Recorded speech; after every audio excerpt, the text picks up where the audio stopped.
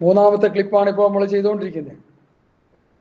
വാഗ്ദത്തത്തോടു കൂടി ആദ്യ കൽപ്പന. എന്താണ് ആദ്യ കൽപ്പന?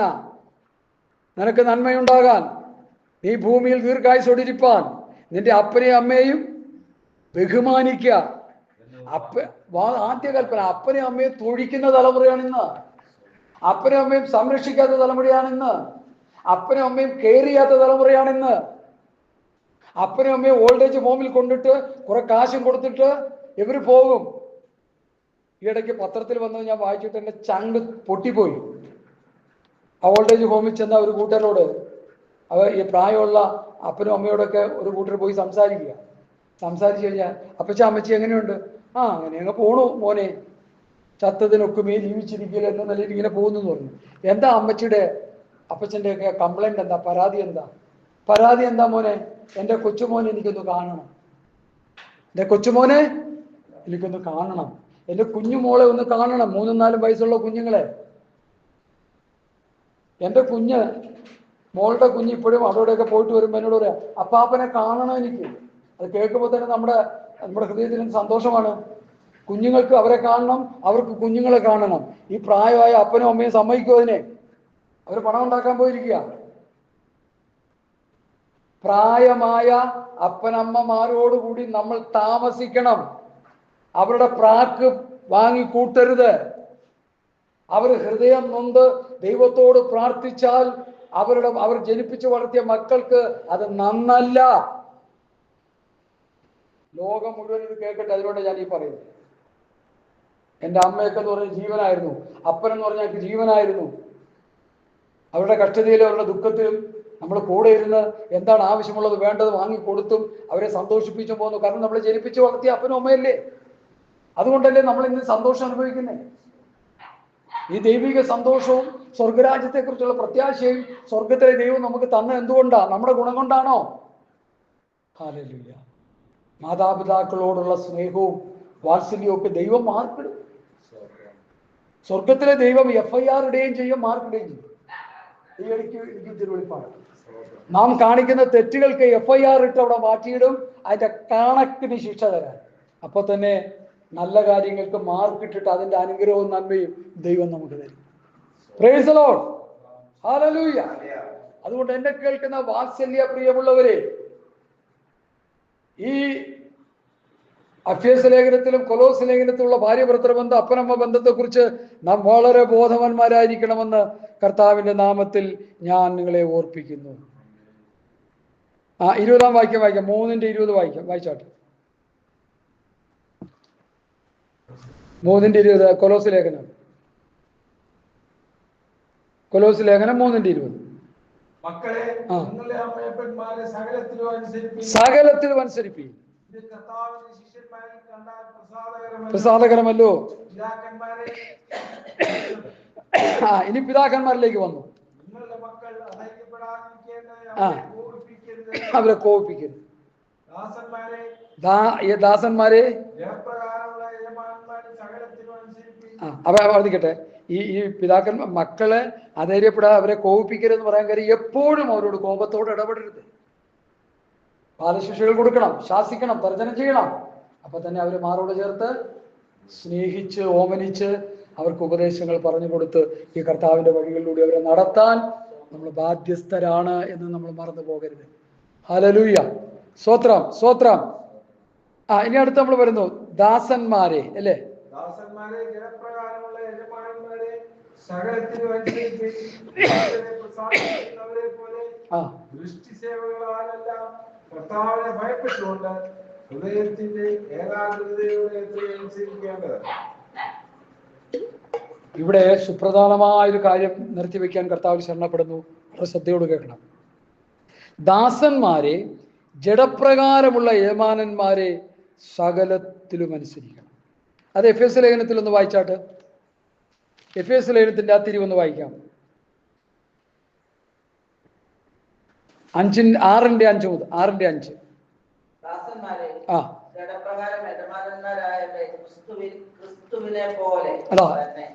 കണ്ടോ 2 ഭാഗങ്ങളെ കൂടി കൂട്ടിച്ചേർത്ത് പഠിക്കുമ്പോൾ, 2 ലേഖനങ്ങളിലെ വാക്യങ്ങൾ ലിങ്ക് ചെയ്ത് നമ്മൾ പഠിക്കുമ്പോൾ കൊലോസിൽ എഴുതുന്നതിനേക്കാളും കുറച്ചുകൂടി വ്യത്യസ്തമാണ് എഫേസ്യർ. ചില വിഷയങ്ങൾ എഫേസിനേക്കാളും കുറച്ചുകൂടി കൊലോസിൽ. അപ്പൊ രണ്ടും കൂടി നമ്മൾ ചേർത്ത് വെച്ച് ഇത് പഠിക്കണം. ഇവിടെ ഇതാ പറയുന്നു, ദാസന്മാരെ ജഡപ്രകാരം യജമാനന്മാരെ ക്രിസ്തുവിനെ പോലെ. ക്രിസ്തുവിനെ പോലെ ആ ഹൃദയത്തിന്റെ ഏകാഗ്രതയിൽ ഭയത്തോടും വിറയലോടും കൂടെ അനുസരിക്കുവീൻ. ക്രിസ്തുവിനെ പോലെ. ദൈവത്തെ ഭയപ്പെടുന്ന പോലെ സ്വന്തം യജമാനനെ ഭയപ്പെടണം. ഇപ്പൊ ഇവിടെ ചെയ്യുന്നത് എന്താ? യജമാനനെ ബോംബ് വെച്ച് കൊല്ലുക. ഈ 2020 അദ്ദേഹത്തിന്റെ ഓണറിന്റെ പേര് ജേക്കബ് അല്ലേ? ജേക്കബ്. അദ്ദേഹത്തെ 4-5 പ്രാവശ്യം ബോംബ് വെച്ച് കൊല്ലാനായിട്ട് ഇവിടെ തൊഴിലാളി ശ്രമിച്ചു. തൊഴിലാളികളാണോ മറ്റുള്ളവരാണോ എന്ന് എനിക്കറിയില്ല. തൊഴിലാളികളാൻ വഴിയില്ല. ഇതിൽ പൊളിറ്റിക്കൽ പാർട്ടിക്കാരായി ചെയ്തത്. ഇയാളുടെ ബിസിനസ് വളർന്നു വരുന്നത് കൊണ്ട് ഈ ബിസിനസ് ഇവിടെ നിന്ന് ആന്ധ്രയിലേക്ക് അങ്ങോട്ടൊക്കെ മാറ്റിയല്ലോ അത് ശാഖകൾ. അപ്പൊ അതിൻ്റെയൊക്കെ പ്രതികാരം എന്ന വണ്ണം എന്തോ ആകട്ടെ, യജമാനന്മാരെ കൊല്ലാൻ നോക്കുന്ന ഒരു കാലഘട്ടമാണ്. അവർക്ക് നന്മയുണ്ടായാൽ അതിൻ്റെ സ്വത്രം ഫലങ്ങൾ തൊഴിലാളികൾക്ക് കിട്ടും, ബോണസായിട്ടൊക്കെ കൊടുക്കും. ഇവര് നല്ല കമ്പനി 6 മാസം ഓടിക്കൊണ്ടിരിക്കുമ്പോൾ കൊടി പിടിക്കും. രാഷ്ട്രീയ നേതാക്കന്മാർ കൊടി പിടിക്കും. അല്ലെ, അഴിമതിയുടെ കൂത്തരങ്ങ് നടത്തിക്കൊണ്ടിരിക്കുന്ന രാഷ്ട്രീയ നേതാക്കന്മാർ എന്ത് ചെയ്യും? അവര് നേതാക്കന്മാരൊക്കെ ചമഞ്ഞ് ഈ കമ്പനിയിൽ കുറെ അവരുടെ എന്തോ പറയാ ഒരു കമ്മിറ്റിയൊക്കെ ഉണ്ടാക്കി, ഒരു സംഘടനയൊക്കെ ഉണ്ടാക്കി കൊടി പിടിച്ച് യജമാനൻ കമ്പനിയും പൂട്ടി അവന്റെ പാട്ടിന് പോകും. അവന് ഇതുപോലെ പല കമ്പനികളുണ്ട്, അവന് കോടിക്കണക്കിന് ഇവിടെ ആസ്തിയുണ്ട്. നഷ്ടം വരുന്നത് ആയിരക്കണക്കിന് തൊഴിലാളികൾ ജോലിയില്ലാതെ നശിച്ചു പോകും. അപ്പൊ ഇവിടെ പൗലോസ് പറയുന്ന ഈ പ്രബോധനം വളരെ പ്രസക്തമാണ്. സ്തോത്രം. അത് നമ്മൾ നന്നായിട്ട് മനസ്സിലാക്കണം. എഫേസ്യ ലേഖനത്തിൽ പറയുന്നതാണ് ഏറ്റവും പ്രധാനം. ജഡപ്രകാരം യജമാനന്മാരായവരെ ക്രിസ്തുവിനെ പോലെ തന്നെ ഹൃദയത്തിന്റെ ഏകാഗ്രതയിൽ ഭയത്തോടും വിറയലോടും കൂടെ. നോക്കി എത്ര കട്ടിയായ വിഷയമാ അത്. ഇനി അടുത്ത 6-ാം വാക്യം, 6-7. മനുഷ്യരെ പ്രസാദിപ്പിക്കുന്നവരെ പോലെ. അതെന്താ ദൃഷ്ടി സേവ എന്ന് പറഞ്ഞാൽ? ശ്രദ്ധിക്കുക, ഞാനൊരു കമ്പനി ജോലി ചെയ്തിരുന്നതാണ്. ഈ എറണാകുളത്തൊരു ST റെഡ്ഡിയാർ എന്ന് പറഞ്ഞ പ്രിന്റിംഗ് പ്രസ് ഉണ്ട്, അവർ ജോലി ചെയ്തിട്ടുണ്ട്. അപ്പൊ ഞങ്ങളുടെ ഓണർ റൗണ്ടിങ്ങിന് വരും. അദ്ദേഹത്തിൻ്റെ റൂമെല്ലാം തുറന്ന് വലിയ ജോലി സ്പ്രേ ഒക്കെ അടിച്ചാൽ വരുന്നത്. ഇദ്ദേഹം വരുമ്പോൾ തന്നെ അവിടെ നിന്ന് ഇറങ്ങുമ്പോൾ തന്നെ ഞങ്ങൾക്ക് മനസ്സിലാവും ഇദ്ദേഹം ഞങ്ങളുടെ ഓണർ വരുന്നുണ്ടെന്ന്. അപ്പോൾ ഞങ്ങളിങ്ങനെ വലിയ ഹോളിൽ മെഷീനൊക്കെ പല ഭാഗങ്ങളായി നിർത്തിയിട്ട് ജോലി ചെയ്തുകൊണ്ടിരിക്കുക. ഇയാൾ അവിടെ നിറങ്ങിക്കഴിഞ്ഞാൽ ഈ ജോലി ചെയ്യുന്നവൻ്റെ ജോലി ഒന്ന് കാണേണ്ടതാണ്. ഞാനത് ശ്രദ്ധിക്കാറില്ല. ഞാൻ അന്നൊരു ദൈവവൈദ്യരായി. MD വല്ലോണ്ട് നമുക്ക് കുറച്ച് ബഹളം വെക്കാനില്ല. ഈ ഉഴപ്പന്മാരെല്ലാം ഭയങ്കര ജോലിയാണ്. എന്തോ ഒരു ബഹളം, എന്തൊരു സ്പീഡാണ്. ദൃഷ്ടിസേവ. യജമാനൻ ശ്രദ്ധിക്കുന്നു, നോക്കുന്നു എന്ന് കാണുമ്പോൾ സേവ കൂട്ടുക, ഹാർഡ് വർക്ക് ചെയ്യുക. ഈ കൃഷിയൊക്കെ ചെയ്യുന്നവർക്കറിയാം. പറമ്പിൽ കിളയ്ക്കാനായിട്ട് 5 പേരാക്കിയിട്ട് പോയി. എന്നിട്ട് അച്ചായൻ അങ്ങോട്ട് പുറത്തോട്ടൊക്കെ പോയി. തിരിച്ചു വന്ന വഴി കാറ് വരുന്നതോ അച്ചായൻ വന്നോ കണ്ടു കഴിഞ്ഞാൽ ഈ കിളയുടെ സ്പീഡ് കൂടും. ദൃഷ്ടിസേവ. അവനവനെ ഏൽപ്പിച്ചിരിക്കുന്ന ജോലി യജമാനം വന്നാലും ആര് വന്നാലും സൂപ്പർവൈസർ വന്നാലും എനിക്ക് വിഷയമല്ല, ഞാനത് ചെയ്തു തീർക്കുമെന്ന് ഹൃദയത്തിൽ തീരുമാനമെടുത്തുകൊണ്ട് എൻ്റെ യജമാനന് വേണ്ടി ഞാൻ സേവ ചെയ്യുന്നു. അത് ക്രിസ്തുവിൻ്റെ ഭയത്തിലാണ് ഞാൻ ചെയ്യേണ്ടതെന്ന് പൗലോസ് പഠിപ്പിക്കുമ്പോൾ അത് അങ്ങനെ ചെയ്യാതെ ദൃഷ്ടി സേവ ചെയ്യുന്നതാണ് നമ്മുടെ നാടിൻ്റെ ശാപം. ആരെങ്കിലും മനസ്സിലാക്കിയിട്ടുണ്ടോ? കമ്പനി അടച്ചുപൂട്ടുന്നതിന്റെ കാര്യം എന്താണെന്ന് മനസ്സിലാക്കിയിട്ടുണ്ടോ? ഒരു കഥ പറയാം, ശ്രദ്ധിച്ച് കേട്ടോ. നല്ല ആത്മീയ മർമ്മമുള്ളൊരു കഥ. ഒരു കമ്പനി പൊളിഞ്ഞു നശിച്ചു. അപ്പൊ ആ ഓണർ പറഞ്ഞു, എന്താ നടത്താനും മുഴുവൻ നഷ്ടമാണ്, ഇനി നടത്തുന്നില്ല. അങ്ങനെ ഇരുന്നപ്പോൾ ഈ ഓണറിന്റെ ഒരു സ്വന്തക്കാരൻ ബന്ധക്കാരൻ മാനേജിങ് ഒക്കെ കോഴ്സ് പഠിച്ച വിളച്ച എന്താ പറ്റി ഈ കമ്പനി അത് നടത്തി ഇവന്മാരൊന്നും പോകണമല്ലോ, എല്ലാം കൂടെ കൂട്ടിക്കെട്ടി നാശമായി. എനിക്കും നഷ്ടം, അവർക്കും നഷ്ടം, എല്ലാവർക്കും നഷ്ടം. ഞാൻ നടത്തുന്നില്ല. ഞാൻ നടത്താം, മാനേജിങ് പഠിച്ച ആളെ ഞാൻ നടത്താം. എന്നിട്ടോ ഞാൻ ചുമ്മാ ഞാൻ നടത്തി തരാം, കംപ്ലീറ്റ് എനിക്ക് അധികാരം എന്താ. ഉടനെ അയാൾ പറഞ്ഞു, ഇദ്ദേഹമാണ് ഇവിടുത്തെ മാനേജിങ് ഡയറക്ടർ, ഇദ്ദേഹം ഓൾ ഇൻ ഓൾ ആണ്, ഇദ്ദേഹം പറഞ്ഞതനുസരിച്ച് നിങ്ങളെല്ലാം ചെയ്തോളെന്ന് പറഞ്ഞു. ഉടനെ ഇയാളെ കമ്പനിയൊക്കെ കുറെ കേടായ മെഷീനൊക്കെ മാറ്റി കമ്പനിയൊക്കെ നല്ല പെയിൻ്റൊക്കെ അടിച്ച് വൃത്തിയാക്കി എന്നിട്ട് ഈ ഒരു അനൗൺസ്മെന്റ്, ഒരു നോട്ടീസ് എഴുതി വെച്ചു. നിങ്ങൾ പറഞ്ഞില്ലെന്ന് എനിക്ക് തോന്നുന്നു. കമ്പനിയുടെ ഒരു റൂമുണ്ട്, ഒരു ഹോൾ പോലുള്ള ഒരു റൂമിൽ, ആ റൂമിന്റെ അടുത്ത് ഒരു നോട്ടീസ് എഴുതി വെച്ചു. ഈ കമ്പനിയുടെ തകർച്ചയ്ക്ക് കാരണക്കാരനായ ഒരു വ്യക്തി മരിച്ചുപോയി എന്ന് എഴുതി വെച്ചു. ആ മരിച്ചതിന്റെ ശവം അവിടെ കിടപ്പുണ്ട്, ശവപ്പെട്ടിയിലുണ്ട്, നമുക്ക് നോക്കാനുണ്ട്. ഞങ്ങൾ അറിയാത്ത ആരെങ്കിലുമാണ് മരിച്ചത്. ഇത് കൊള്ളാണ്ട് വരി വരിയായിട്ട് നിൽക്കാൻ പറഞ്ഞു. ഓരോരുത്തരും വന്ന് ആ ശവപ്പെട്ടിയുടെ ഉള്ളിലോട്ട് നോക്കുമ്പോൾ ഒരു കണ്ണാടി അതിൻ്റെ ഉള്ളിൽ വെച്ചിരിക്കുക, ഒരു വലിയ കണ്ണാടി അതിൻ്റെ ഉള്ളിൽ ഇരിക്കുക. അപ്പോൾ ഈ വോട്ട് ചെയ്യാൻ പോകുന്ന പോലെയുള്ള സിസ്റ്റം വെച്ചേക്കുന്നത്. ഒന്നും ഒരാൾ കാണാൻ പറ്റാതെ കാണാൻ പാടില്ല. ഇനി ഓരോരുത്തർ കണ്ടുകൊണ്ട് പോകാൻ പറഞ്ഞു. അതോടൊപ്പം മാനേജറോട് നല്ല മിടുമിടുക്കൻ അവിടെ നോക്കിയപ്പോൾ അവളെ തന്നെ കണ്ടു. അപ്പോൾ അയാൾ ചോദിച്ചു, വല്ലതും കണ്ടോ? ഞാൻ എന്നെ തന്നെ കണ്ടു. അതൊക്കെ ഞാൻ പിന്നെ പറയാൻ പാടില്ല. ഓരോരുത്തരെ കാണിച്ചു. കമ്പനിയിലെ ജീവനക്കാരെ മുഴുവൻ അത് കാണിച്ചു. എല്ലാവരും കണ്ടു. എല്ലാവരും വന്നിരിക്കാൻ പറഞ്ഞു. അയാൾ അവിടെ വന്നിരുന്ന് വെള്ളമൊക്കെ കുടിച്ച് അതായത് സഹൃദ സംഭാഷണം വളരെ സ്നേഹത്തോടെ പറഞ്ഞു, ഈ കമ്പനിയുടെ തകർച്ചയ്ക്ക് കാരണം നിങ്ങൾ തന്നെയാണ്. എല്ലാവരും ഞെട്ടിപ്പോയി. എൻ്റെ ചാച്ചനാണ്, എൻ്റെ ഒരു ബന്ധത്തിൽ ഒരു ചാച്ചനാണ് ഈ കമ്പനി നടത്തുന്നത്. കോടിക്കണക്കിന് രൂപ മുടക്കി നടത്തിയ കമ്പനിയാണ്. ആ തുക മുഴുവനേക്ക് നഷ്ടമായി. ഈ ജോലി ചെയ്യുന്ന നിങ്ങൾക്കും നിങ്ങളുടെ കുടുംബം പട്ടിണിയായി. ആരാണ് ഇതിന് ഉത്തരവാദി? എൻ്റെ ചാച്ചനാണോ ഉത്തരവാദി? ഇത്ര കോടി രൂപ മുടക്കി ഈ സ്ഥലത്ത് ഇത്രയും മിഷനറി ഇറക്കിയിട്ടിട്ട് ജോലി ചെയ്തിട്ട് ഈ കമ്പനി തകർന്നതിന്റെ കാരണം എൻ്റെ ചാച്ചനാണോ അതോ നിങ്ങളാണോ? മൗനമായി, മരണ വീട് പോലെയായി. അതുകൊണ്ട് ഞാൻ മാനേജിംഗ് ഡയറക്ടറായിട്ട് നാളെ തൊട്ട് ചുമതലയെടുത്ത് നമുക്ക് ഈ കമ്പനി ഒന്ന് ഉണർത്തിയെടുക്കണം. എല്ലാവരും കൂടി ചെന്ന് ഉത്സാഹമായിട്ട് ആത്മാർത്ഥമായിട്ട് പണിയെടുക്കണം. ദൃഷ്ടിസേവ മാറ്റണം. സൂപ്പർവൈസർ വരുമ്പോഴും ഓണർ വരുമ്പോഴുള്ള പണി നിർത്തിയിട്ട് അവനവൻ്റെ കഞ്ഞിക്കുള്ള കാശാണ്, എനിക്കും എൻ്റെ ഭാര്യയ്ക്കും കുഞ്ഞിനും അപ്പനും അമ്മയ്ക്കും ഈ കമ്പനിയിൽ നിന്ന് ധനം തരുന്നുണ്ട്, അത് വെച്ച് ഞങ്ങൾ ജീവിക്കുകയാണ്. അതുകൊണ്ട് നന്ദിയോടെ ആ സ്നേഹത്തോടെ ദൈവത്തെ ഓർത്ത് പണി ചെയ്യണമെന്ന് പറഞ്ഞ് അദ്ദേഹം നല്ല കുറെ നിർദ്ദേശങ്ങൾ കൊടുത്ത് കമ്പനി അങ്ങോട്ട് സ്റ്റാർട്ട് ചെയ്തു. 1 വർഷം, 2 വർഷം, 3 വർഷം, 4 വർഷം, 5 വർഷം കമ്പനിയുടെ പ്രോഫിറ്റ് അങ്ങോട്ട് വർദ്ധിച്ചു. എല്ലാവർക്കും ശമ്പളം, എല്ലാവർക്കും ബോണസ്, എല്ലാവരും ആത്മാർത്ഥമായി പണിയെടുക്കാൻ തുടങ്ങി. മനുഷ്യനെ പ്രസാദിപ്പിക്കുന്നവരെ പോലെ ദൃഷ്ടിസേവയാലല്ല, ക്രിസ്തുവിന്റെ ദാസന്മാരെ പോലെ ദൈവ ഇഷ്ടം മനസ്സോടെ ചെയ്തു. മനുഷ്യരെയല്ല, കർത്താവിനെ തന്നെ പ്രീതിയോടെ സേവിച്ചുകൊണ്ട് അനുസരിക്കും. അപ്പൊ ദാസന്മാരോടുള്ള പൗലൂസിന്റെ പ്രമാണം, പൗലൂസിന്റെ എന്ന് പറഞ്ഞാൽ ദൈവത്തിന്റെ കൽപ്പനയാണ്. നിങ്ങൾ നോക്കുമ്പോൾ പണിയെടുക്കുന്നവരല്ല. ഞങ്ങൾ വരുമ്പോ അതിന്റെ സൂപ്പർവൈസർമാരോ ഓണർമാർ വരുമ്പോ പണിയെടുക്കുകയല്ല. ഇതെന്റെ ചോറാണ്. അങ്ങനെ സാധനങ്ങൾ പറയാറില്ലേ? ഈ ജോലി എൻ്റെ ചോറാണ്, അതോർത്ത് നിങ്ങൾ പണിയെടുക്കണം. അങ്ങനെ പണിയെടുത്ത ആ കമ്പനി ഉയർത്തിക്കൊണ്ടുവന്ന ഒരു കഥ ഞാൻ കേട്ടിട്ടുണ്ട്. എൻ്റെ ഹൃദയത്തിൽ അത് ആണി കൊണ്ടൊന്നുമില്ല, ഇല്ലാതായിരുന്നു ഇപ്പൊ പറയാനിടയായി. എത്ര മനോഹരമായൊരു കഥയാണ്. 100 പേര് അത് കണ്ടിട്ട് അവരെ തന്നെ അവർ ശപിച്ചു. അയ്യോ, ഞങ്ങൾ മുഖാന്തരം യജമാനന് കോടിക്കണക്കിന് രൂപ നഷ്ടമായല്ലോ, ഞങ്ങളും കഷ്ടത്തിലായല്ലോ, ഞങ്ങളും പട്ടിണിയിലായല്ലോ, നാളെ മുതൽ ഞങ്ങൾ തിരുത്തും, ഞങ്ങൾക്ക് കിട്ടുന്ന ജോലി ഞങ്ങൾ പൂർണ്ണമായി തീർത്തു തരുമെന്ന് പറഞ്ഞ് അങ്ങനെ പണിയെടുത്ത് ഓവർ ടൈം ഒന്നും വേണ്ട 8 അവർ കൊണ്ട് അവർ ആ കമ്പനി പണിത് ഉയർത്തിയെടുത്ത ചരിത്രം. ദൃഷ്ടിസേവ. ദൈവമക്കളെ, കർത്താവ് നമുക്ക് കൽപ്പനകൾ തന്നിട്ടുണ്ട്. അതാരും പാസ്റ്റർ കാണുന്നു, അവര് കാണുന്നു, ഇവര് കാണുന്നു, എൻ്റെ ഭാര്യനെ കാണുന്നല്ല. ഇതെനിക്ക് തന്നിരിക്കുന്ന പ്രമാണമാണ്. ഇതനുസരിച്ച് ജീവിക്കുവാൻ ഞാൻ ബാധ്യസ്ഥനാണ്. എൻ്റെ ദൈവത്തെ പ്രസാദിപ്പിച്ച് ഞാൻ ഇന്നു മുതൽ ജീവിക്കും.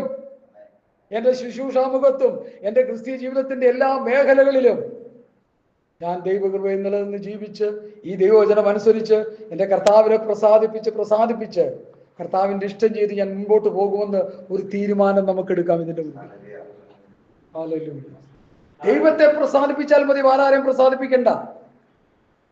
ഒരു എക്സാമ്പിൾ പറയാൻ 1 കൊരിന്ത്യർ 10-ാം അധ്യായത്തിന്റെ ഒന്നുമുള്ള വാക്യങ്ങൾ എടുത്ത് വായിച്ചേ. 1 കൊരിന്ത്യർ 10-ാം അധ്യായത്തിന്റെ ഒന്നുമുള്ള വാക്യങ്ങൾ വായിക്കും. ഹല്ലേലൂയ. സ്തോത്രം, സ്തോത്രം, സ്തോത്രം, സ്തോത്രം. നമ്മുടെ പിതാക്കന്മാർ എല്ലാവരും മേഘത്തിന് കീഴിലായിരുന്നു. എല്ലാവരും സമുദ്രത്തിലൂടെ കടന്ന് എല്ലാവരും മേഘത്തിലും സമുദ്രത്തിലും സ്നാനം ഏറ്റു, മോശയോട് ചേർന്നു. എല്ലാവരും ഒരേ ആത്മീയ ആഹാരം തിന്ന് എല്ലാവരും ഒരു ആത്മീയ പാനീയം കുടിച്ചു. അവരെ അനുഗമിച്ച ആത്മീയ പാറയിൽ നിന്നല്ലോ അവർ കുടിച്ചത്. ആ പാറ ക്രിസ്തുവായിരുന്നു. എങ്കിലും അവരിൽ മിക്കവരിലും ദൈവം പ്രസാദിച്ചില്ല. അവരെ മരുഭൂമിയിൽ തള്ളിയിട്ട് കളഞ്ഞു എന്ന് നിങ്ങൾ അറിയാതെ. ഇസ്രായേലിൽ നിന്ന് പുറപ്പെട്ടവർ, ഒരേ ആത്മീയാഹാരം തിന്നവർ, ഒരേ പാനീയം കുടിച്ചവർ, ഒരേ ലക്ഷ്യത്തിലേക്ക് യാത്ര ചെയ്തവർ, നേരത്തെ പറഞ്ഞ പോലെ ലക്ഷക്കണക്കിന് ജനം പാട്ടും പാടി അവിടെ നിന്ന് പുറപ്പെട്ടു. അവസാനം അവരിൽ മിക്കപേരിലും ദൈവം പ്രസാദിച്ചില്ല. ദൈവപ്രസാദം ലഭിക്കുന്ന ഒരു ക്രിസ്ത്യ ജീവിതം നമ്മൾ നയിക്കണം. അതിന് മനുഷ്യനെ നോക്കണ്ട. ഇന്നാൾ എന്ത് വിചാരിക്കും, എന്റെ ഭാഷ എന്ത് നോ, അതൊന്നും എനിക്ക് വിഷയമല്ല. എനിക്ക് എന്റെ ദൈവത്തെ പ്രസാദിക്കണം. എനിക്ക് എന്റെ ദൈവത്തിന്റെ വഴികളിലൂടെ നടക്കണം. എനിക്ക് കർത്താവിനെ മാത്രം പ്രസാദിപ്പിച്ചാൽ മതി. ഗലാത്യ ലേഖനം അതിന്റെ 1-ാം അധ്യായത്തിന്റെ 10-ാം വാക്യം ഒന്ന് വായിച്ചേ. 10 ആണോ 9 ആണോ എന്നൊരു സംശയമുണ്ട്. 10-ാം വാക്യം വായിച്ചേ. ഗലാത്യർ 1:10. ഹല്ലേലൂയ. സ്തോത്രം സ്തോത്രം സ്തോത്രം സ്തോത്രം സ്തോത്രം. ഇപ്പോൾ ഞാൻ മനുഷ്യരെയോ ദൈവത്തെയോ സന്തോഷിപ്പിക്കുന്നു. അടുത്ത്, അല്ല, ഞാൻ മനുഷ്യരെ പ്രസാദിപ്പിക്കുവാൻ നോക്കുന്നു. ഞാൻ മനുഷ്യനെ പ്രസാദിപ്പിക്കാൻ നോക്കുന്നുവോ? ഇന്ന് ഞാൻ മനുഷ്യനെ പ്രസാദിപ്പിക്കുന്നുവെങ്കിൽ ക്രിസ്തുവിന്റെ ദാസനായിരിക്കില്ല. മതി. ക്രിസ്തുവിന്റെ ദാസൻ അല്ലെങ്കിൽ പിന്നെ നമ്മൾ ആരുടെ ദാസനാണ്? അപ്പൊ ദൈവത്തെ പ്രസാദിപ്പിക്കുമ്പോഴാണ് ക്രിസ്തുവിന്റെ ദാസനാകുന്നത്. 1 കൊരിന്ത്യർ 1:5 മുതൽ 10 അല്ല 1 മുതൽ 5 വരെയുള്ള വാക്യത്തിൽ ഒരേ ആഹാരം നിന്ന് ഒരേ ലക്ഷ്യത്തിലേക്ക് പോയി ഒരേ പാനീയം കുടിച്ച് പോയവര്, അവരിൽ ദൈവം പ്രസാദിച്ചില്ല. അവരെ മരുഭൂമിയിൽ തള്ളിയിട്ട് കളഞ്ഞു. മരുഭൂമിയിൽ തള്ളിയിട്ട് കളഞ്ഞു എന്നുള്ളത് പോട്ടെ. എബ്രായ ലേഖനം 3-ാം അധ്യായത്തിൽ വായിച്ചേ. അതിന്റെ 16 മുതൽ 3:16 മുതൽ 15 തൊട്ട് വായിച്ചാലും കുഴപ്പമില്ല. ഇന്ന് നിങ്ങൾ അവന്റെ ശബ്ദം കേൾക്കുന്നുവെങ്കിൽ ആമേൻ. മത്സരത്തിൽ എന്ന പോലെ നിങ്ങളുടെ ഹൃദയങ്ങളെ കഠിനമാക്കരുത്. കേട്ടിട്ട് മത്സരിച്ചവർ, ആമേൻ, ഇസ്രായേലിൽ നിന്ന് മോശ മുഖാന്തരം പുറപ്പെട്ടു വന്നവർ എല്ലാവരുമല്ലോ 40 ആണ്ട് ആരോട് ക്രോധിച്ചു പാപം ചെയ്തവരല്ലോ. അവരുടെ ശവങ്ങൾ മരുഭൂമിയിൽ വീണുപോയി. അവരുടെ ശവങ്ങൾ മരുഭൂമിയിൽ വീണുപോയി. എന്റെ സ്വസ്ഥതയിൽ പ്രവേശിക്കുകയില്ല എന്ന് ആണയിട്ടത് അനുസരണം കെട്ടവരോടല്ലാതെ ആരോടാകുന്നു?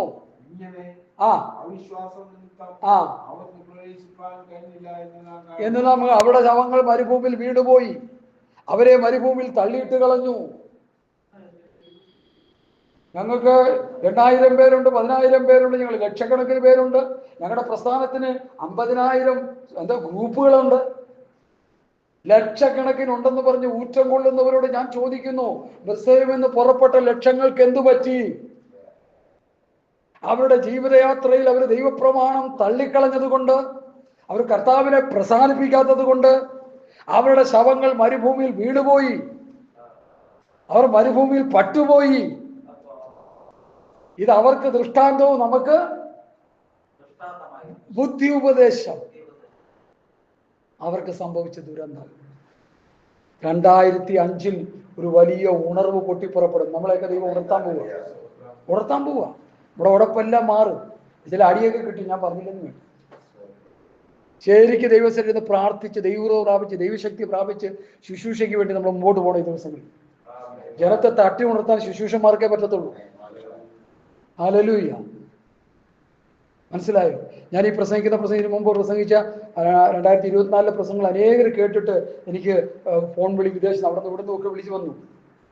വളരെ മനോഹരമായി കർത്താവിന്റെ ദാസൻ പ്രസംഗിക്കുന്നുണ്ട്. ഞങ്ങൾക്കിത് വളരെ സന്തോഷമായി, ഞങ്ങൾക്കിത് വളരെ അനുഗ്രഹമായി. ഹല്ലേലൂയ. ഞങ്ങളെ തന്നെ ഒന്ന് കാണാനിടയായി. അത് മതി എനിക്ക് സംതൃപ്തി, വേറെ ഒന്നും വേണ്ട.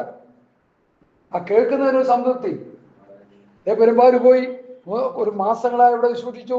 ഒരു വലിയ കൂട്ടം ജനമൊക്കെ വന്നു. അവസാനം അവിടുത്തെ ആ ഇടയന്റെ പോക്ക് കണ്ടിട്ട് ആ ഇടയൻ പറഞ്ഞത്, എന്നെ അങ്ങ് പറഞ്ഞു വിട്ടാൽ നമ്മുടെ കൂട്ടായ്മ നന്നാവും. അപ്പൊ പുള്ളി ചോദിക്കുക, വിളിച്ചോണ്ടെന്ന് പുള്ളി, എന്ത് കാരണം ചൊല്ലി പറഞ്ഞു വിടുന്നു? ഭാര്യയെ ഉപേക്ഷിക്കണമെങ്കിൽ ഇന്ന കാരണം പറയണ്ടേ എന്നതുപോലെ ഞാനവിടെ ദൈവവചനം പ്രസംഗിക്കാൻ കർത്താവിനെ അയച്ചു, എന്നെ പറഞ്ഞു വിടണമെങ്കിൽ ആ പാസ്റ്റർ പറഞ്ഞു വിടണമെങ്കിൽ കാരണം നിർത്താൻ പറഞ്ഞു. കാരണമൊന്നുമില്ലെന്ന് പറഞ്ഞു. പിന്നെ നിങ്ങളുടെ ഇഷ്ടത്തിനനുസരിച്ച് പ്രസംഗിക്കണം, വേറെ ആളെ നോക്കിയാൽ മതിയെന്ന്. എന്നാ ഞാൻ പോണെന്ന് പറഞ്ഞു പുള്ളി കളഞ്ഞിട്ടങ്ങ് പോയി. തീർന്നില്ലേ? പ്രശ്നം തീർന്നില്ല. കാരണം അവരുടെ ദുരുപദേശവും അവരുടെ ദൈവവചന വ്യവസ്ഥ വിട്ടുള്ള പരിപാടികളും നടക്കില്ലെന്ന് കണ്ടപ്പോൾ നമ്മളെ അവിടെ നിന്ന് ചാടിക്കണമെന്നായി. പിന്നെ ഈ മനുഷ്യൻ സ്റ്റേണായിട്ട് നിന്നോണ്ട്, ജോർജാൻ എന്ന അദ്ദേഹത്തിന്റെ പേര്, സ്റ്റേണായിട്ട് നിന്നുകൊണ്ട് അവിടെ ഒരു സഭയുണ്ടായി. എനിക്കെന്നാ ചെയ്തത്? അവിടെ പൊക്കണം പറഞ്ഞാൽ ഞാനെന്റെ പാട്ടിന് കളഞ്ഞിട്ട് കൊടി തട്ടിക്കളെ ഞാൻ ഉപയോഗിക്കുന്ന എനിക്ക് വല്ല നഷ്ടപ്പെടാനുണ്ടോ? ഏതെല്ലാം കൂടി കൂട്ടം അറിയത്തിലോട്ട് പോകും. അല്ല, നമ്മൾ ഈ പത്യവചനം പറഞ്ഞ് പത്യോപദേശം പറഞ്ഞ് ഈ വ്യവസ്ഥ പ്രകാരം അവരെ ദൈവകൃപയിൽ നിലനിർത്തിയാലല്ലേ കർത്താവ് വരുമ്പോ പോകത്തുള്ളൂ. നമ്മുടെ പ്രസംഗ വിഷയം എന്താ? മണവാളം വരുമ്പോ മണവാട്ടി ഒരുങ്ങി നിൽക്കുക. അതല്ലാതെ കൂടെ വേറെ വല്ലതും ഉണ്ടോ പ്രസംഗ വിഷയം? വേറെ ഒരു വിഷയമില്ല. നമുക്ക് വേറെ സബ്ജക്റ്റുകളൊന്നുമില്ല. ഇവിടെ സഭയുണ്ടാക്കണ്ട, ഇവിടെ സംഘടന കെട്ടിപ്പൊക്കണ്ട, ഇവിടെ പ്രസംഗിച്ച് കാശുണ്ടാക്കി സ്വത്രം മാളിക പണിയണ്ട. പ്രസംഗം നടത്തി കാശുണ്ടാക്കി ഏക്കർ കണക്കിന് വാങ്ങിക്കൂട്ടി താറാവിന്റെ പുറകെ നടന്ന ഒരു ഭക്തൻ 16,000 കോടി ഇല്ലേ?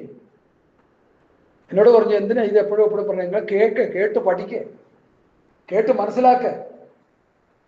താറാവിന്റെ പുറകെ നടക്കുമ്പോൾ ഒരു ശബ്ദം ഉണ്ടാക്കുമല്ലോ, എന്തായിരുന്നു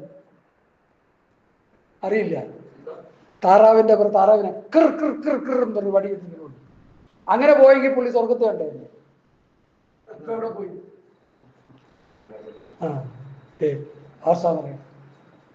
അതുകൊണ്ടാണ് ഞാൻ ചങ്കിന് വേദനയോട് നിങ്ങൾ വരിക്കരുത്. ഒരാളെ പരിഹസിച്ച് പറയുകയാണെന്നും കളിയാക്കി പറയുകയാണെന്നും നിങ്ങൾ ചിന്തിക്കല്ലേ ദൈവത്തെ ഓർത്ത്.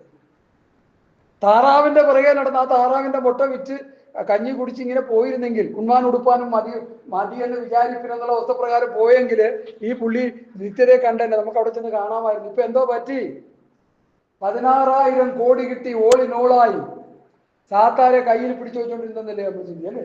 അംശവടിയും പിടിച്ചതിന്റെ പിന്നെ സർപ്പം ഇങ്ങനെ ഒരു പാമ്പിരിക്കും. ഞാൻ ആദ്യം ശ്രദ്ധിച്ചില്ല കേട്ടോ, പിന്നെ സൂക്ഷിച്ച് നോക്കിയപ്പോഴാണ് ചങ്ങാതിയുടെ കയ്യിലൊരു വടിയിൽ ഇങ്ങനെ ഒരു സ്വർണ്ണ പാമ്പ് ഇങ്ങനെ നിൽക്കുന്നു.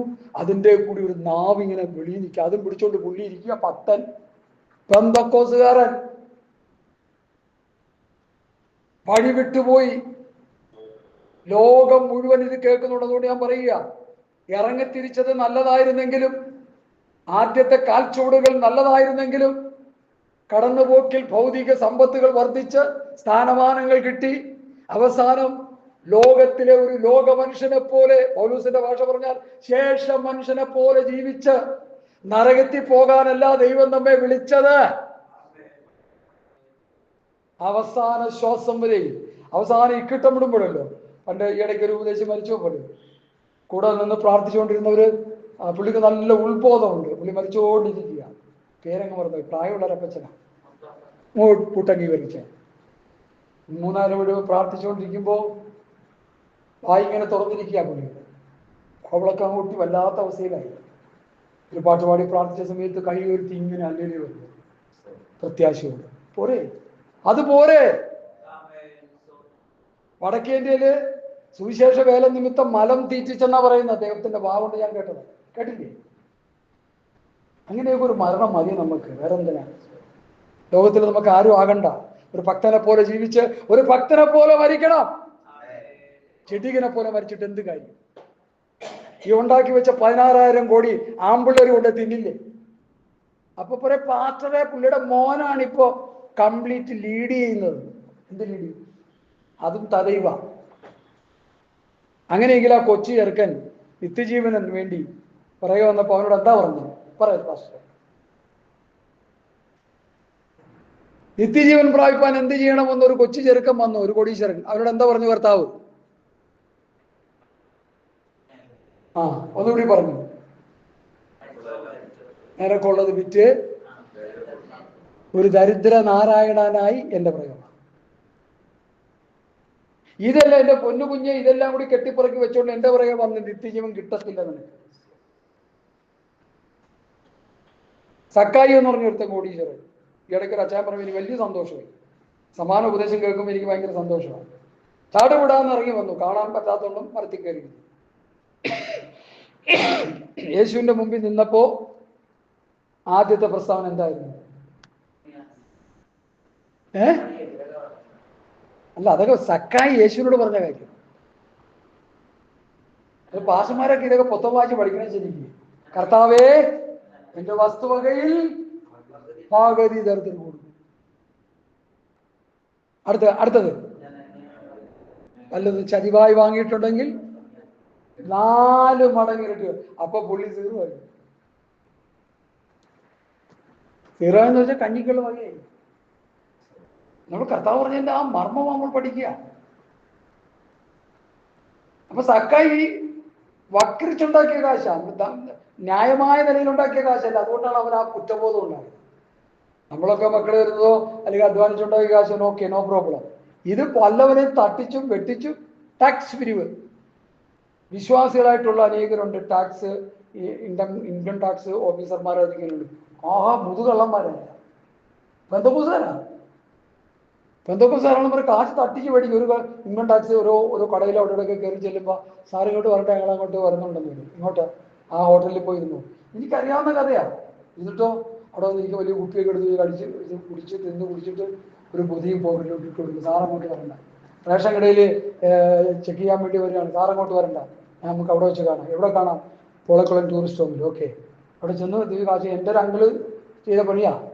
കാശൊക്കെ മേടിച്ച് പോക്കറ്റ് വെച്ച് കുപ്പി വെച്ച് കുടിച്ച് അവരങ്ങ് പോവുക. മുഴുവൻ അഴിമതി. ആത്മീയ കോളത്തിലും ഈ അഴിമതി നടന്നുകൊണ്ടിരിക്കുക. എനിക്ക് പ്രസംഗിക്കണം, ഇത്ര കാശ് തരണം, അഴിമതി. ഹല്ലേലൂയ. ദൈവത്തിന്റെ മക്കളെ, പ്രിയ ദൈവമക്കളെ, ഞാൻ ഈ പറയുന്നതിന്റെ സാരാംശമൊന്നുമില്ല. ആത്മീയ ഗോളം അഴിമതിയുടെ കൂത്തരങ്ങായി മാറി. നിങ്ങൾക്കറിയാമോ, വലിയ വലിയ പ്രസ്ഥാനങ്ങളിൽ 10, 25, 30, 40 ഗൾഫുകാരുള്ള സഭകളിൽ അവിടെ പാസ്റ്റായിട്ടിരിക്കണമെങ്കിൽ അവരെ കാണേണ്ടവരെ കണ്ടിട്ട് 1 ലക്ഷം 2 ലക്ഷം രൂപ അവരുടെ കയ്യിൽ വെച്ചു കൊടുത്താൽ അവിടുത്തെ പാസ്റ്ററാകാം. അത് അഴിമതിയല്ലേ? ചോദ്യം അഴിമതിയല്ലേ? രാഷ്ട്രീയക്കാരൻ കാണിച്ചാൽ അഴിമതി, നമ്മൾ കാണിച്ചാൽ പണ്ടൊരു ഉദ്ദേശിച്ച് പറഞ്ഞ പോലെ ലോക മനുഷ്യര് സിനിമ കണ്ടാൽ കുഴപ്പമില്ല, നമ്മൾ കാണുമ്പോഴും അത് വിശുദ്ധ സിനിമ. വിശുദ്ധ സിനിമ ഏതാ? യേശുക്രിസ്തുവിനെ കുറിച്ചുള്ള അത് വിശുദ്ധന്മാരുടെ സിനിമ. മറ്റുള്ളവർ കാണുമ്പോൾ മറ്റുള്ളവരെ പുച്ഛിക്കുകയും, ഇത് കാണുമ്പോൾ എന്നെ കേൾക്കുന്ന പ്രിയപ്പെട്ടവരെ, ഇതൊക്കെ ഈ കാലഘട്ടങ്ങളിൽ ആത്മീയരുടെ ഇടയിൽ നിന്ന് മാറിപ്പോകണം. ഒന്നാമത് ഞാൻ പറയുന്നത്, സുവിശേഷം പ്രസംഗിച്ച് ധനമുണ്ടാക്കണമെന്ന് ചിന്തിക്കുന്ന വ്യാജ സുവിശേഷകന്മാർ മാനസാന്തരപ്പെട്ടേ മതിയാവും. സുവിശേഷം വിറ്റ് തിന്നാനുള്ളതല്ല, സുവിശേഷം പ്രസംഗിച്ച് ജനത്തെ കർത്താവിന്റെ രാജ്യത്തിന് വേണ്ടി ആദായപ്പെടുത്താനുള്ളതാണ്. ഹല്ലേലൂയ, ഹല്ലേലൂയ, സ്തോത്രം, സ്തോത്രം, സ്തോത്രം, സ്തോത്രം, സ്തോത്രം, സ്തോത്രം. ഹല്ലേലൂയ. ഇനി നമുക്ക് വിഷയത്തിലേക്ക് വരാം. പ്രാർത്ഥന സമയം ഒത്തിരി പോകുന്നല്ലോ. ഹല്ലേലൂയ. അതിന്റെ ദൃഷ്ടിസേവകളല്ല, കർത്താവിനെ ഭയപ്പെട്ട് ഹൃദയത്തിന്റെ ഏകാഗ്രതയോടെ അത്രേ അനുസരിക്കേണ്ടത്. നിങ്ങൾ ചെയ്യുന്നതൊക്കെ മനുഷ്യർക്കെന്നല്ല, കർത്താവിനെന്ന പോലെ മനസ്സോടെ ചെയ്യും. അടുത്ത 24, 25 വാക്യങ്ങൾ വായിക്കാം. കൊലോസ്യ ലേഖനം 3:24, 25.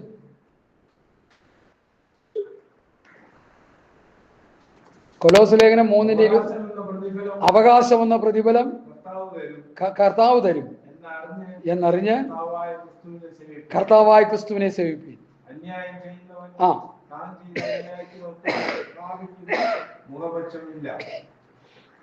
അന്യായം ചെയ്യുന്നവൻ താൻ ചെയ്ത അന്യായത്തിന് ഒത്തത് പ്രാപിക്കും. ഈ അന്യായം എന്ന പേര് വന്നപ്പോഴാണ്, അന്യായം എന്ന വിഷയം വന്നപ്പോൾ എൻ്റെ ഹൃദയത്തിൽ വേറൊരു വിഷയം കർത്താവ് തരുന്നു. ആ അന്യായം എന്താണെന്ന് നമുക്ക് നോക്കാം. അതിന് 1 കൊരിന്ത്യർ 6-ാം അധ്യായത്തിന്റെ 1 മുതലുള്ള വാക്യങ്ങൾ വായിച്ചാൽ വചനം തന്നെയാണ് ഇതിന് മറുപടി, വേറെ ഒന്നുമില്ല. നിങ്ങളൊരുത്തനോട് മറ്റൊരു കാര്യമുണ്ടെങ്കിൽ വിശുദ്ധന്മാരുടെ മുമ്പാകെയല്ല അഭക്തന്മാരുടെ മുമ്പാകെ വ്യവഹാരത്തിന് പോകാൻ തുനിയുന്നുവോ?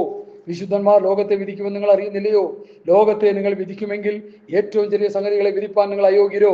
നാം ദൂതന്മാരെ വിധിക്കും നിങ്ങൾ അറിയുന്നില്ലയോ? കോടതി കയറുന്ന വിഷയത്തെക്കുറിച്ച് പറയുക.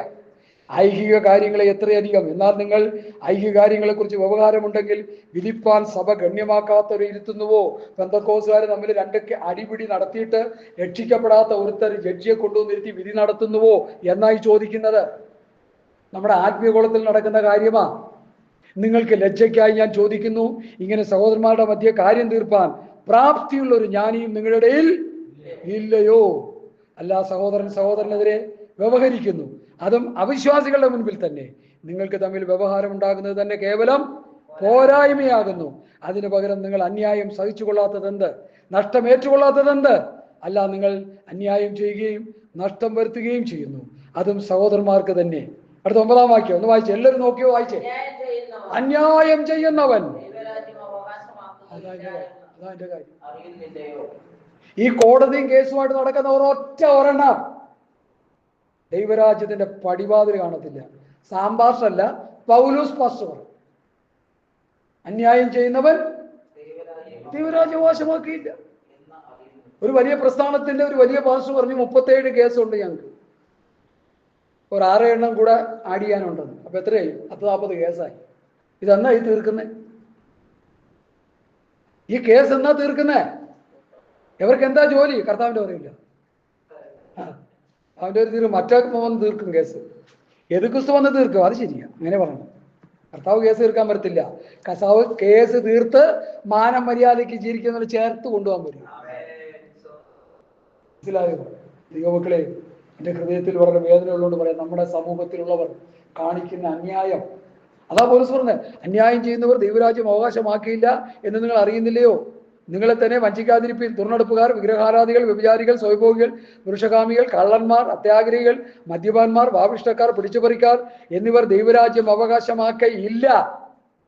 നിങ്ങൾ ചിലർ യുവക്കാരായിരുന്നു എങ്കിലും നിങ്ങൾ കർത്താവായ യേശു ക്രിസ്തുവിന്റെ നാമത്തിലും നമ്മുടെ ദൈവത്തിന്റെ ആത്മാവിനാലും നിങ്ങളെ തന്നെ കഴുകി ശുദ്ധീകരണവും നീതീകരണവും പ്രാപിച്ചിരിക്കുന്നു.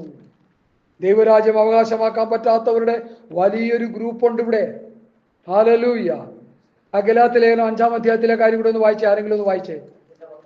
5-ന്റെ ദൈവരാജ്യം അവകാശം, ജഡത്തിന്റെ പ്രവൃത്തികൾ. ആ ആ ആ ആ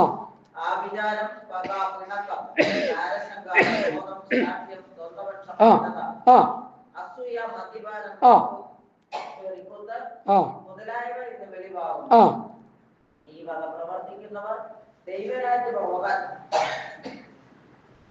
ദൈവരാജ്യം മുമ്പ് പറഞ്ഞതുപോലെ പിന്നെയും പറയും. മതി. ചിലർ പറയണത്, അയ്യോ ഇത് ഗലാത്യ ലേഖനക്കാർ ഗലാത്യർക്ക് എഴുതിയ ലേഖനമാണ്. ചിലർ പറയണത്, അയ്യോ ഇത് എഫേസർക്ക് എഴുതിയ ലേഖനമാണ്. അയ്യോ ഇത് റോമാസഭക്കാർക്ക് എഴുതിയ ലേഖനമാണ്. 1 കൊരിന്ത്യർ ലേഖനം 1-ാം അധ്യായം നമ്മൾ പഠിച്ചു വരുമ്പോൾ ലേഖനം ആർക്ക് എഴുതിയെന്ന് പൗലോസ് അവിടെ പറയുന്നുണ്ട്. ഒന്ന് തൊട്ടുപോകാം, വായിച്ചു പോകും. അതുപോലും അറിഞ്ഞുകൂടാത്ത ക്രിസ്ത്യാനികൾ നമ്മുടെ ഇടയിലുണ്ട്. ദൈവേഷ്ടത്താൽ യേശുക്രിസ്തുവിന്റെ അപ്പോസ്തലനായി വിളിക്കപ്പെട്ട പൗലോസും സഹോദരനായ സൊസ്തനോസും കൊരിന്ത്യയിലുള്ള ദൈവസഭയ്ക്ക് ക്രിസ്തുയേശുവിൽ വിശുദ്ധീകരിക്കപ്പെട്ടവരും അവിടെയും ഇവിടെയും എവിടെയും നമ്മുടെ കർത്താവായ യേശുക്രിസ്തുവിന്റെ നാമത്തെ വിളിച്ചപേക്ഷിക്കുന്ന എല്ലാവരോടും കൂടി വിളിക്കപ്പെട്ട വിശുദ്ധന്മാരായവർക്ക് തന്നെ എഴുതുന്നത്. അവിടെയും അമേരിക്കയിലും ലണ്ടനിലും കാനഡയിലും സൗദി അറേബ്യയിലും കോട്ടയത്തും കൊച്ചിയിലും ഭൂമിയുടെ 5 വൻകരകളിലും എല്ലായിടത്തുമുള്ള ഭക്തന്മാർക്കാണ് ഈ ലേഖനങ്ങൾ നിലകൊള്ളുന്നത്. ലേഖനങ്ങൾ വായിച്ചു പഠിപ്പിച്ച് സഭയുടെ ഉപദേശമാകിയാൽ അത് വായിച്ചു പഠിപ്പിച്ച് വിശ്വാസികളെ വിശുദ്ധിയിലും നിർമ്മലതയിലും നിലനിർത്തുന്നില്ലെങ്കിൽ ദൈവരാജ്യത്തേക്ക് പോകാൻ ആള് കാണത്തില്ല. പ്രിയമുള്ളവരെ,